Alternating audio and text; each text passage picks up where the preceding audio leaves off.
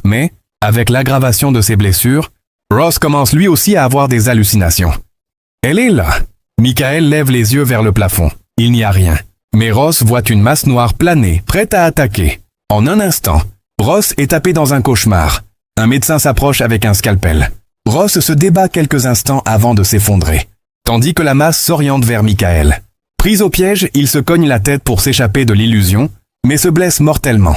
Pendant ce temps, Benny, ignorant tout cela, examine encore l'album trouvé dans la chambre.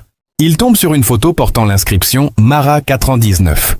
Mais avant qu'il n'en comprenne le sens, la radio se coupe d'elle-même, puis diffuse un avertissement étrange. Pris de panique, Benny s'enfuit aussitôt. Ce n'est qu'à cet instant qu'il découvre que les autres sont déjà morts. Sorina, restée jusque-là enfermée, finit par le rejoindre. En retrouvant Bian, Benny leur raconte sa découverte. Issu d'une famille religieuse, Bian explique que « Mara » en latin signifie « il n'y a pas de peur » et que le 419 renvoie à un passage biblique. C'est alors qu'ils comprennent. Cette maison n'est en réalité qu'un vaste piège. Elle attire des voyageurs, comme eux pour les plonger dans la terreur, les enfermer dans des illusions et sacrifier leurs âmes, afin d'obtenir l'immortalité. La logeuse qu'ils avaient vue plus tôt n'est sans doute qu'une des complices de cette malédiction. Le cœur de Sorina est rempli d'effroi, mais Bian trouve enfin dans la Bible, page 419, le moyen de briser le sort. Il s'apprête à le lire quand soudain, une masse noire s'infiltre par la porte, et tout le mobilier se met à trembler. Mais, sans explication, tout redevient normal. Il croit le danger écarté, mais la masse noire réapparaît. Cette fois, Benny et les autres comprennent. Tout n'est qu'illusion. Plus ils ont peur, plus la sorcière s'infiltre. Guidée par Lume, les 4 s'échappent de la chambre.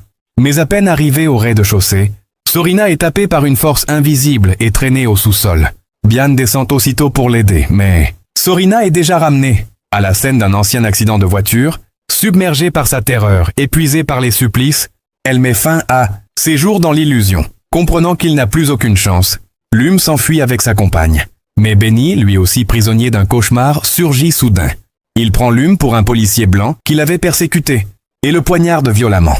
Dans son illusion, Benny croit avoir tué l'officier. Gravement blessé, Lume supplie Bian de rester lucide. À cet instant, la masse obscure sort du sous-sol.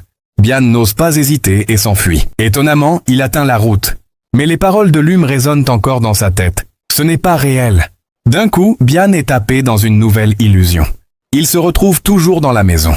La sorcière lui serre le cou, voulant lui faire goûter au désespoir.